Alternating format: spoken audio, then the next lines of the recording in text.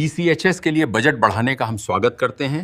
अब सरकार से अपेक्षा है कि वेटरन्स की पेंशन समस्याओं का भी शीघ्र समाधान हो। जय हिंद साथियों, एक बार फिर से स्वागत है आपका एक और महत्वपूर्ण विषय के साथ जो कि जुड़ा है आपकी पेंशन और आपके वेलफेयर से। आप देख रहे हैं पेंशनर पत्रिका, आपके हक की बात विश्वास के साथ।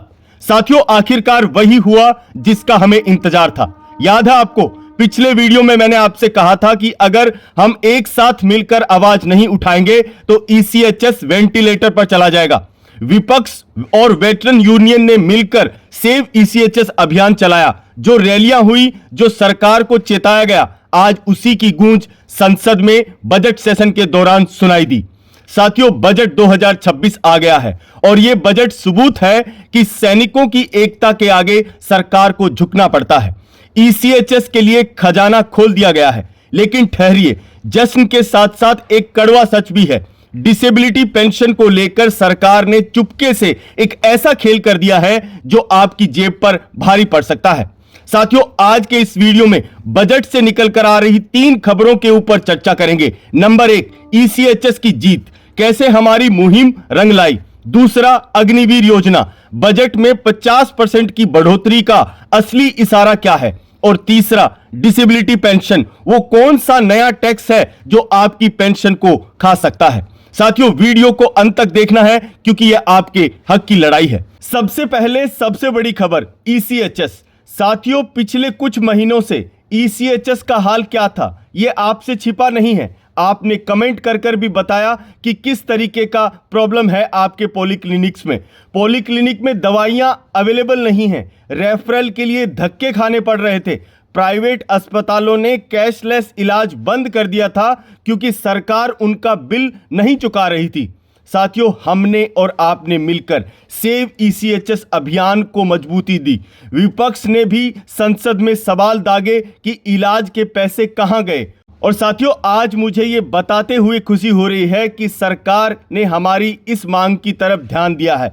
रक्षा बजट में ईसीएचएस के फंड में 45% की भारी बढ़ोतरी की गई है। इसका मतलब समझिए, सरकार ने मान लिया है कि फंड की कमी थी और अब जो 12,000 प्लस करोड़ रुपए का बजट मिला है उससे 3 बातें होंगी। नंबर 1, रुके हुए बिलों का भुगतान तुरंत किया जाएगा। दूसरा, प्राइवेट अस्पताल फिर से कैशलेस सुविधा कर सकेंगे। तीसरा, पॉलीक्लिनिक में दवाइयों का जो अकाल है वो किसी हद तक खत्म होगा। साथियों, ये सिर्फ बजट का आंकड़ा नहीं है, ये वेटरन्स की एकता की जीत है। आपने आवाज उठाई और सरकार ने उस आवाज को सुना। साथियों, अब आते हैं उस मुद्दे पर जिस पर सबकी निगाहें थी, अग्निवीर। आपको याद है साथियों, 2022 में अग्निवीर स्कीम आई थी और इस साल यानी 2026 में इसके 4 साल पूरे होने वाले हैं। हर किसी को उम्मीद थी कि बजट में इसके ऊपर कोई बड़ा ऐलान किया जाएगा। साथियों, बजट भाषण में वित्त मंत्री ने कोई बड़ा ऐलान नहीं किया, लेकिन बजट के पन्ने में एक बहुत ही बड़ा इशारा छिपा हुआ है। साथियों, अगर आप डिफेंस बजट की बारीकियां देखें तो अग्निपथ योजना के लिए बजट का आवंटन को सीधा 50% बढ़ा दिया गया है। जरा सोचिए, भर्तियां तो उतनी ही हो रही हैं, फिर भी बजट 50% क्यों बढ़ाया गया।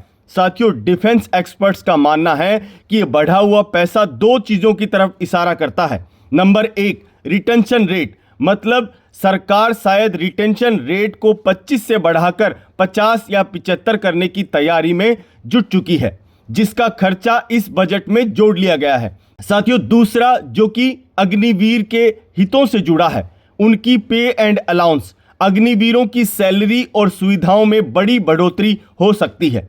यानी भले ही माइक पर ऐलान ना हुआ हो, लेकिन तिजोरी से पैसा निकल चुका है और यह स्कीम के भविष्य के लिए एक पॉजिटिव साइन है।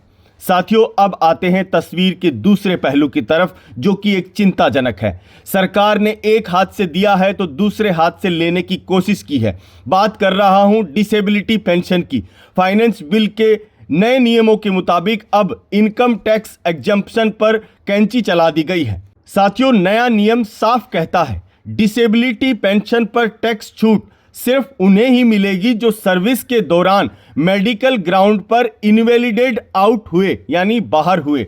इसका मतलब बहुत खतरनाक है। अगर आपने अपनी पूरी सर्विस की यानी सुपर एनुएशन जितना आप कर सकते हैं और रिटायरमेंट के वक्त आप एलएमसी थे या डिसेबिलिटी एलिमेंट ले रहे थे तो अब आपका जो वो पैसा टैक्सेबल हो जाएगा। साथियों, सरकार का तर्क है कि पूरी सर्विस करने वाला व्यक्ति पूरी तरह से डिसेबल कैसे हो सकता है।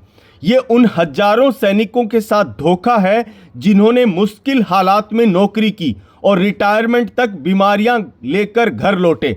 तो साथियों, निष्कर्ष क्या निकलता है इस बजट से?